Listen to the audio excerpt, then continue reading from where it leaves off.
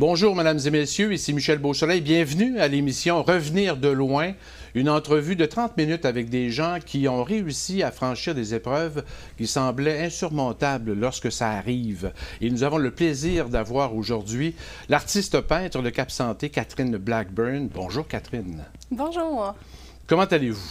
Ça va très bien. Oui? Oui. Catherine, vous vous qualifiez de, on appelle ça, comment vous dites ça, de messagère de résilience. Oui. Parce que vous avez vécu quand même des épreuves pas faciles. Et une des grandes épreuves que vous avez vécues, c'est le décès, en fait, de votre conjoint il y a quand même quelques années. Racontez-nous un peu là, cette épreuve-là. Oui, ça fait 10 ans. En fait, mon conjoint, le père de mes enfants, ça faisait 17 ans qu'on était ensemble. Il est allé à la pêche. Un soir, on habite à Cap-Santé, donc il est allé à la pêche au fleuve, puis il n'est pas rentré pour souper. Donc, la façon qu'on l'a vécu, quand c'est arrivé, bien, tu te poses tout le temps la question pourquoi il n'est pas rentré? Fait que là, bon, je m'en vais voir au fleuve. Là, je vois le Jeep parqué, il faisait noir. Je voyais pas Simon à l'horizon. Donc, à force de... Tu cries un peu au loin, tu te dis, bon, comment ça se peut pas? Tu es dans le déni, là, en partant, là, ça se peut pas qu'il soit arrivé quelque chose de grave. Il était seul dans son embarcation? Oui. Donc okay. Là, c'est à ce moment-là, j'ai appelé de l'aide. Là, c'est sa sœur, en fait, qui est venue m'aider, Michel. Puis, c'est ça, là, à ce moment-là, on a regardé un petit peu, puis là, quand on a commencé à penser qu'il pouvait être arrivé quelque chose de grave, bien, on a appelé tout de suite les autorités et les pompiers. C'est les pompiers qui font les recherches sur le fleuve. Puis là, ça n'a pas été long, ils sont arrivés. Puis 10 minutes plus tard, il y avait l'escouade au complet sur le quai à Cap-Santé pour faire les recherches. Comment on prend ça quand ça arrive, là, quand on réalise effectivement, comment vous avez réagi? Comment les enfants aussi ont réagi? En fait, c'est le deuil qui s'enclenche. C'est le choc. Le choc vient nous protéger parce que c'est trop intense, là, le vivre tout d'un coup. Simon, c'était mon amant, mon ami. On était très, très proches. Fait que tout d'un coup, quand quelqu'un de proche comme ça, avec qui on vit à tous les jours, décède, disparaît, on se retrouve vraiment à nu. Là. On est vraiment... C'est très dur, en fait, de comprendre que cette personne-là, on ne la reverra plus jamais, on ne lui retouchera plus jamais. Parce que ça c'est quelque chose que j'ai regretté, parce que je n'ai pas retouché le corps, je n'ai pas dit au revoir. Okay. Mais, fait qu'en fait, le choc, c'est vraiment comme une bulle qui nous englobe, un peu comme si on était dans un rêve. Fait que le cerveau, c'est l'adrénaline probablement qui fait ça. Là. On vient vraiment protéger. Puis là, tu as l'impression qu'autour de toi, il y a une tempête, mais toi, tu es comme à l'intérieur, puis c'est ça, tu comprends pas trop ce qui arrive, puis ça permet de continuer à vivre là, les journées qui suivent, puis à avancer, préparer les obsèques, puis s'occuper des enfants, puis... C'est ça. Oui, il y a une espèce de brouillard mental là, qui nous envahit. Puis au fur et à mesure que les journées avancent, que les semaines avancent, les mois avancent, les années avancent, j'ai appelé ça les bulles, là. Il y a comme une bulle qui pète, là, puis là, tu réalises, OK, ça, il ne verra plus jamais grandir ses enfants. C'est comme tu n'es pas capable de réaliser tout ça en même temps. Donc là, j'appelais ça les bulles. Là. Puis là, tu as la bulle qui pète, tu le réalises là. Ce détail-là vient d'être assimilé. Là, tu pleures un coup, ça sort. Puis là, à un moment donné, OK, c'est bon, j'ai compris. Je pleure plus pour celle-là, j'ai compris celle-là. Puis après ça, bon, on continue. À un moment donné, au début, il y a beaucoup, beaucoup de bulles. Puis à un moment donné, plus ça avance, moins il y en a. Okay. Après 10 ans, ils sont pas mal toutes passées. Ah oui? Ouais. OK. Ouais. Et les enfants, comment ils ont pris ça au point de départ? Ça devait être... Au point de départ... Parce qu'il y avait quoi, une dizaine d'années? Oui, 7 et 10. J'ai mon garçon qui était plus jeune, Justin, 7 ans.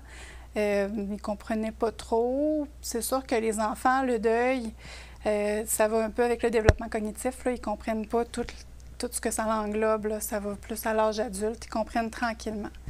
Puis chacun a sa façon de réagir aussi. Les enfants n'ont pas toutes la même réaction.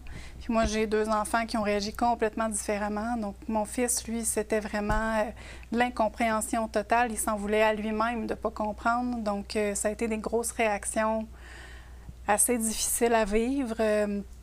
parce que, bon, il faisait des crises, qu'on ne comprenait pas pourquoi. À l'école, avant, ça allait bien. Puis là, il est venu lunatique, ça ne marchait plus. Donc, j'ai eu beaucoup, beaucoup d'aide à l'école. Okay. Les professeurs ont été très compréhensifs.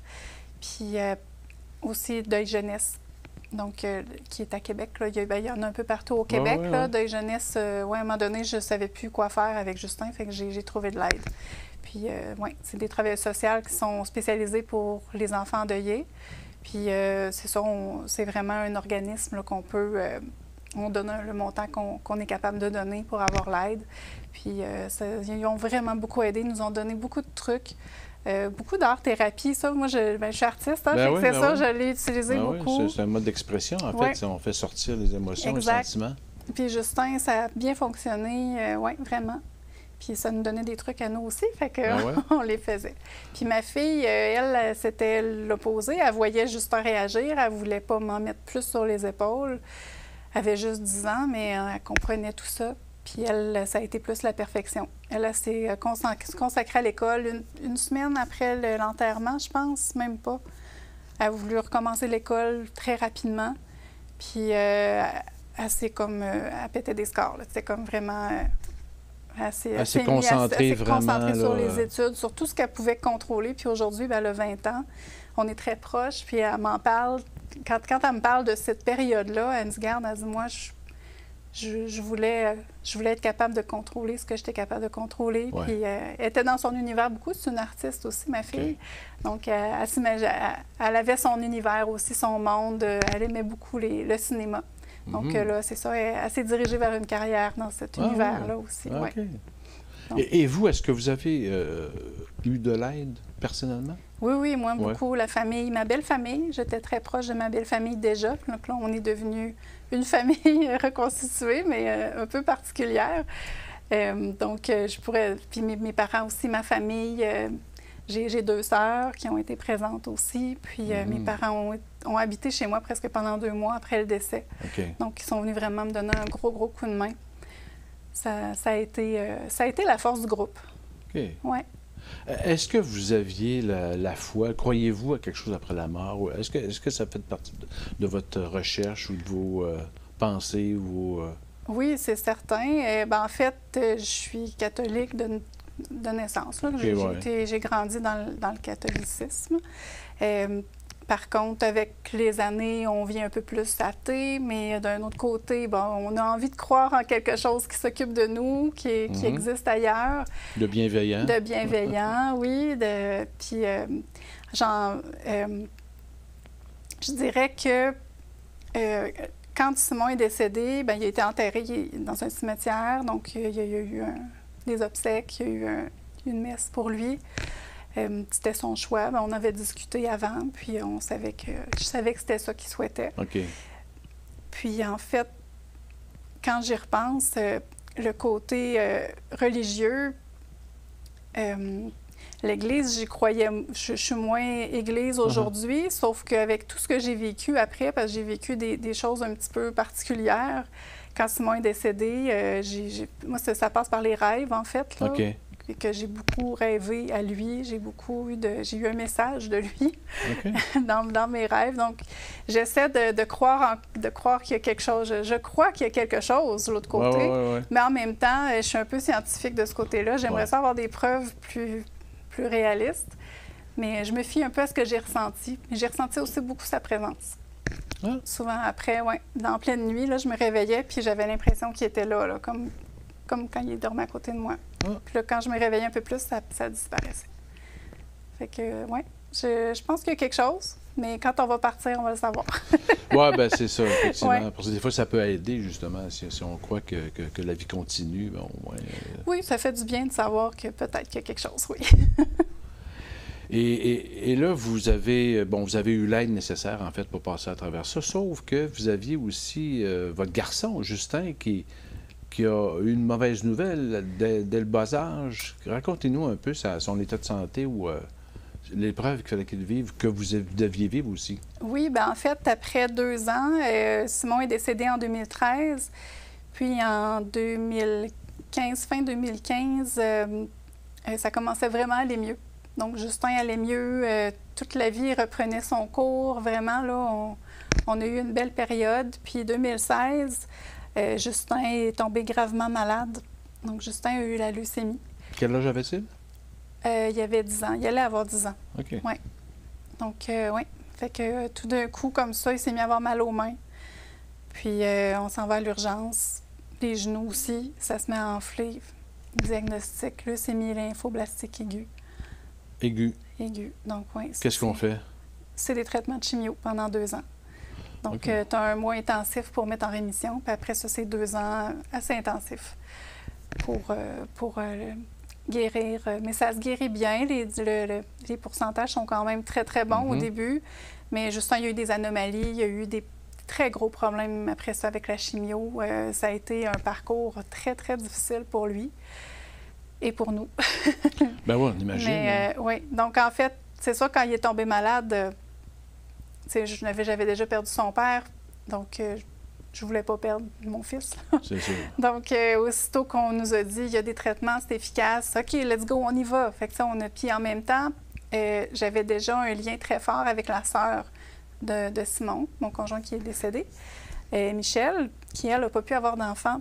Puis elle a pris vraiment mes enfants, il était juste 2, Simon et Michel. Donc, elle, son frère est décédé et puis les enfants de son frère sont devenus comme les siens. Donc, moi, je lui ai laissé la porte ouverte. Ça a été vraiment une union qui a fait une force qui nous a aidés à passer à travers. Puis elle m'a tellement aidée parce qu'elle ne veut pas être monoparentale. Parce que j'ai pas eu personne d'autre là, dans cette période-là. Là. J'ai eu des fréquentations, mais rien de sérieux. Puis quand Justin est tombé malade, elle a été le deuxième parent. Là, elle m'a vraiment aidée. Ça a été notre force. Oui, pour pouvoir passer à travers. Là. Alors, donc, c'est un 2 ans intensif. Oui. Avec Justin. Là. Oui, un 2 ans intensif de traitement. Puis c'est ça, à travers ça, il y a eu une très grosse complication. Il a eu fait une pancréatite nécrosante aiguë, donc 6 mois à l'hôpital d'hospitalisation aussi à travers ça, de grosses douleurs. Ça a été un 2 ans très, très difficile. Mais en fait, comment j'ai fait pour passer à travers, comme je vous disais, j'ai eu de l'aide. Oui. Puis aussi, il y avait l'art aussi. J'ai fait beaucoup d'art-thérapie. C'est ça c'est l'art. Vous vous spécialisez dans le pastel, hein, c'est ça? Oui, bien en fait, j'ai découvert mon style. On passe d'un autre sujet, mais ça m'a beaucoup aidé à traverser ces épreuves-là. C'est que quand j'avais 14 ans, j'ai découvert mon style. Moi, je m'exprime avec des pastels. Ouais. Donc, je tombe en avant d'un grand carton, puis je me laisse aller, puis ça donne une forme, ça donne un style un peu Picasso, mais très sinueux. Puis ça représente beaucoup ce que je ressens. Donc, désolée, je viens de toucher au micro. Puis, c'est ça, en fait, quand Simon est décédé, j'ai créé beaucoup par rapport au deuil, des images. Quand je ressentais quelque chose, puis j'avais besoin de le faire sortir, j'avais une image en tête, puis je la créais. C'était vraiment, c'était exutoire, là. Ça faisait vraiment du bien. Donc, j'en ai fait plusieurs sur le deuil. Puis quand Justin est tombé malade, j'en ai fait d'autres par rapport à la maladie. Donc, puis ça c'est sûr que souvent, mon fils est dans le tableau. Là, j'ai beaucoup d'œuvres mère et enfant. Donc, ça m'a vraiment permis d'évoluer. À travers toutes ces difficultés-là, l'art, j'étais déjà artiste professionnelle et designer. Là, je faisais déjà les deux avant. J'avais envie de monter une belle exposition avec ces tableaux-là, d'écrire. C'était pas écrire le livre encore, là, c'était vraiment juste présenter les tableaux. C'est ça, parce que le livre, ça, c'est une deuxième étape, ça, dans votre cheminement, ça aussi. Oui. Bien, en fait, quand Justin j'ai pas fini encore dans les épreuves parce que Justin, après le 2 ans de traitement, on a eu un 2 ans de répit.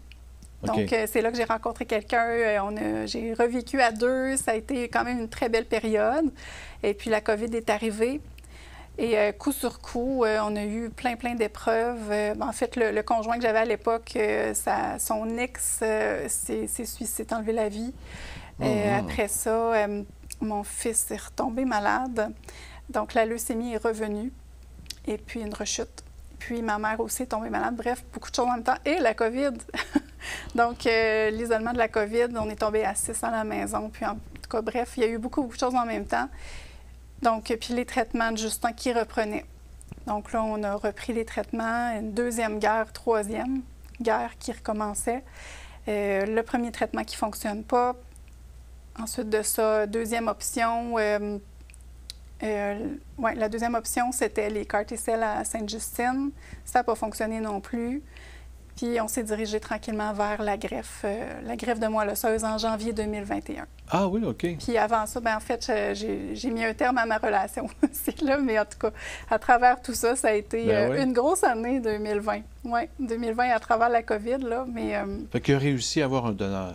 Oui, il y a eu un donneur, oui, mais on ne sait pas c'est qui. Il y a une banque de donneurs internationale, puis oui, on ne sait pas c'est qui, on ne saura jamais. Et ça a été efficace. Oui. Alors là, ça va bien pour Justin.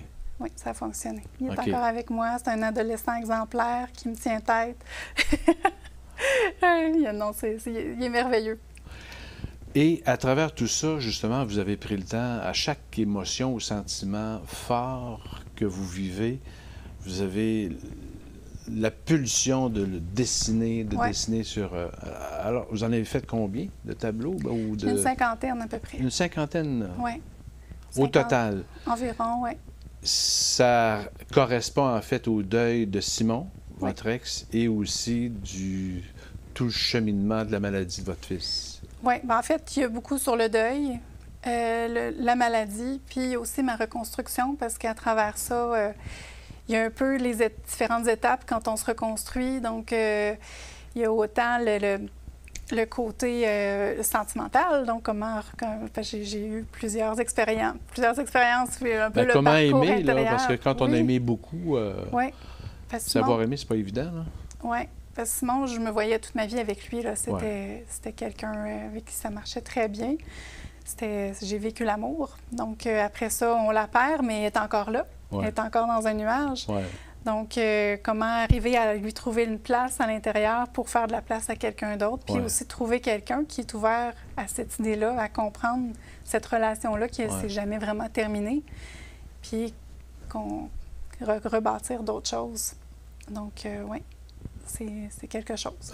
Oui, j'imagine. Alors, vous avez produit donc une cinquantaine d'œuvres et par la suite, vous avez eu la pulsion d'écrire? Ou d'où vient cette idée d'écrire en plus? Oui, bien, en fait, quand je créais mes œuvres, j'écrivais toujours. Il y avait toujours un poème qui venait avec les œuvres. Puis j'écris beaucoup des journaux, des journaux intimes depuis toujours. Donc, puis juste après la greffe, non, c'est avant la greffe, j'ai décidé, je trouvais qu'il manquait quelque chose, il manquait...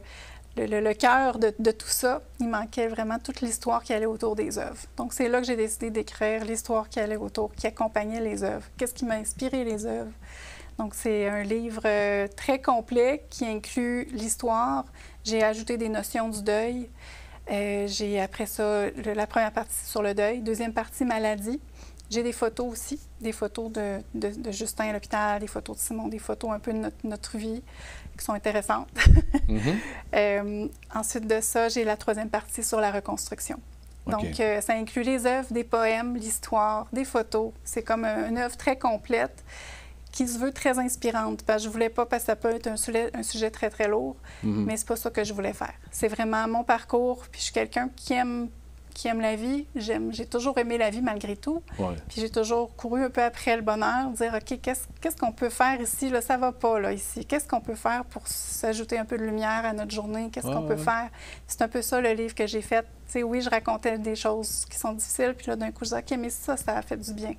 Fait que j'essaie toujours d'aller chercher le positif. Donc, c'est ça Ben oui, ben on peut peut-être le voir. Vous l'avez à côté, justement. En fait, il n'est pas sorti encore. Ça, c'est juste un exemple. C'est ma première ébauche. OK. Je ne sais pas si c'est là. Oui, c'est bon. C'est bon.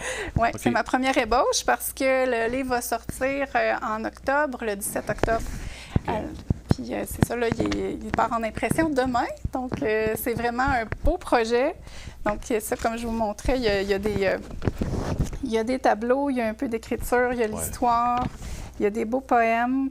J'ai eu des très beaux commentaires. J'ai une belle maison d'édition aussi qui m'aide, 1 million de rêves. J'ai une équipe autour de moi qui est en train de m'aider à monter ce projet-là, à en faire quelque chose d'extraordinaire, vraiment. Parlons de votre reconstruction. Comment c'est quoi le début, puis jusqu'où, en fait? Bien, la reconstruction, ça commence au début du deuil. C'est vraiment sais, au début, on aurait dit qu'on est tout le temps... C'est pas linéaire, hein, un deuil, puis c'est différent pour chacun aussi. Donc, la reconstruction, elle commence aussitôt qu'on tombe, et qu'on essaie de se remonter tout le temps un peu. Puis même, mon premier tableau est très positif. Ma première œuvre émotive que j'ai réalisée, il était positif. Donc, à quelque part, c'était un personnage avec une... Je peux vous le montrer. Mm-hmm. Oui, puis c'est vraiment quelque chose dans la reconstruction qui fait partie de toute la période au complet. Donc, tiens, c'est celui-là ici. Oui, OK. Ça donne un peu une idée du style. Oui.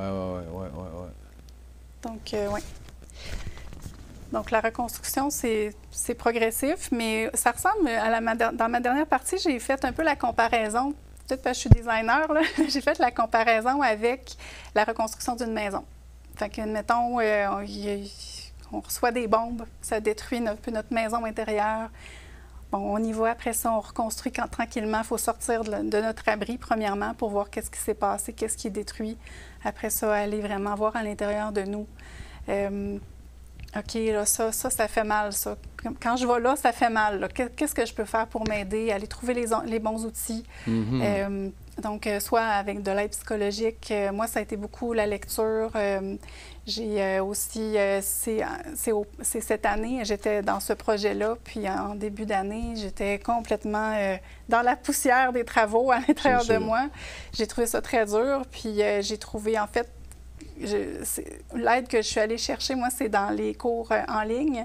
Okay. Ça, c'est un coaching d'affaires qui s'appelle Pailleting. Ouais, je me suis inscrite là-dedans, puis ça m'a starté. En fait, ça m'a aidé à réaliser ce projet-là. Puis aussi, c'est beaucoup du développement personnel, donc ça m'a aidé à évoluer en même temps. Donc, je suis allée chercher ces outils-là. Mm-hmm. Donc, c'est de trouver c'est quoi nos besoins. Puis, ouais, à travers ça. Puis l'art-thérapie, c'est sûr, moi, c'est ma reconstruction à moi globale. Là, je vous dirais que ça a été, ça a été ma béquille. Est-ce que vous avez vraiment l'impression d'en être sorti aujourd'hui? De Simon, oui. Oui. Mais j'ai eu ça a été long, puis surtout que mon fils a été très malade aussi. Donc, à travers ça, des fois, je retombais, puis c'est sûr que tu y en veux d'être parti. Là. Pourquoi t'es pas là? J'aurais besoin de toi. Mais c'est ça, la vie. Hein? Oui. On peut pas... Et là, vous en êtes où actuellement? Là, je vous dirais que le plus merveilleux, puis je pense que c'est le plus important à dire aux gens s'il y a des gens qui sont endeuillés présentement puis qui trouvent ça difficile, c'est que quand on réussit à trouver les bons outils puis à avancer, on peut retrouver la lumière. Là. Tu sais, à un moment donné, on a l'impression qu'il n'y a plus rien qui vit en dedans de nous autres. Là. On vient mort complètement. Puis là, je vous dirais qu'avec tous les projets, je me suis reconstruite. Puis là, en dedans, là, ça vit, ça vibre. Puis en plus, j'ai quelque chose de plus d'avant. Parce que là, je connais la valeur de la vie, puis je la ressens très fort en dedans. La valeur de l'amour aussi? Ah, beaucoup, oui. Est-ce que vous avez réussi à reprendre une vie de couple ou... Bien là, au début, quand Justin était malade, je n'étais pas capable. Okay. Puis après ça, j'ai eu des fréquentations, ça n'a pas fonctionné. Puis là, ça fait 1 mois, là, j'ai une belle fréquentation, mais c'est ça. Mais oui, c'est sûr que je vous dirais que ça fait du bien. Oui, je suis capable de recommencer à ressentir l'amour, oui. Ouais.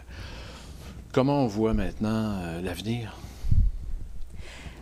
L'avenir, bien moi, je la vis beaucoup avec mes projets parce qu'en fait, mes enfants sont rendus grands. Donc là, eux, je les aide un peu à s'envoler. C'est ce qui est en train d'arriver. Grand, c'est 20 ans et 17 ans, c'est ça? Oui, oui. Audrey a 20 ans. Puis Justin, 17. Puis les deux sont merveilleux à voir aller. Puis ça me donne du temps pour moi. Donc, je suis en train de m'occuper un peu plus de ma carrière, ce que j'avais mis de côté les dernières années. Donc, ça fait du bien. Puis, c'est des belles années qui s'en viennent, je pense. Parce que vous opérez une boutique chez vous, en quelque sorte, à Cap-Santé? Bien, présentement, je suis chez moi. Oui, j'ai mon atelier et bureau, galerie d'art chez moi. Mais c'est sûr que prochainement, l'avenir, j'aimerais ça avoir quelque chose, pignon sur rue, c'est certain. Là. Je suis rendue là dans ma carrière aussi. Puis avec des expositions, parce qu'avec le projet de mon livre émotif, j'ai l'exposition émotive que je prévois faire voyager à travers le Québec. Ah, OK. Fait que ça, c'est un projet de promenade à travers le Québec, Oui, là, une tournée. Oui, parce que mes œuvres ne sont pas à vendre. C'est vraiment un projet qui veut répandre sa lumière. Donc, c'est pour faire voyager. Oui. Alors, peut-être en terminant, en fait, sans parler de leçons, mais de conseils ou aux gens, justement, c'est d'exprimer. Parce que souvent, on garde ça dedans nous autres. C'est vraiment d'exprimer sa douleur, ses douleurs. Oui, trouver sa façon. Ça peut être à travers ses passions. Ça peut être avec nos proches, avec des amis, avec des professionnels de la santé aussi. Mais je vous dirais que l'art-thérapie, c'est sous-estimé beaucoup. Si vous avez une facilité avec l'art, ou même là, on n'a pas besoin, c'est juste... Ça peut être la musique aussi, là. Ça peut être la musique, ça peut être la danse, ça peut être... Je vous dirais que l'art, c'est vraiment une façon très naturelle de passer à travers des épreuves. Moi, ça a été le dessin, beaucoup, l'art au pastel. Puis, oui, s'exprimer, c'est le secret, je pense, pour être capable de passer à travers des choses difficiles. Est-ce que vous avez atteint le désespoir? Désespoir. Comme un peu la mort, tu sais, on dit, pas une dépression, mais c'est comme si on ne voit plus d'avenir. Non, j'ai toujours vu la lumière. OK. Oui. Quand je sombrais trop bas, j'allais dans mon atelier, je me sortais un grand carton avec un pastel. Puis ça me faisait c'est vraiment du bien. l'expression qui empêche de tomber davantage. C'est mon essence, oui. Alors, Catherine Blackburn, merci infiniment de ce témoignage. Ça m'a fait vraiment plaisir. Merci. Alors voilà, c'était l'émission Revenir de loin. Bonne semaine et à bientôt.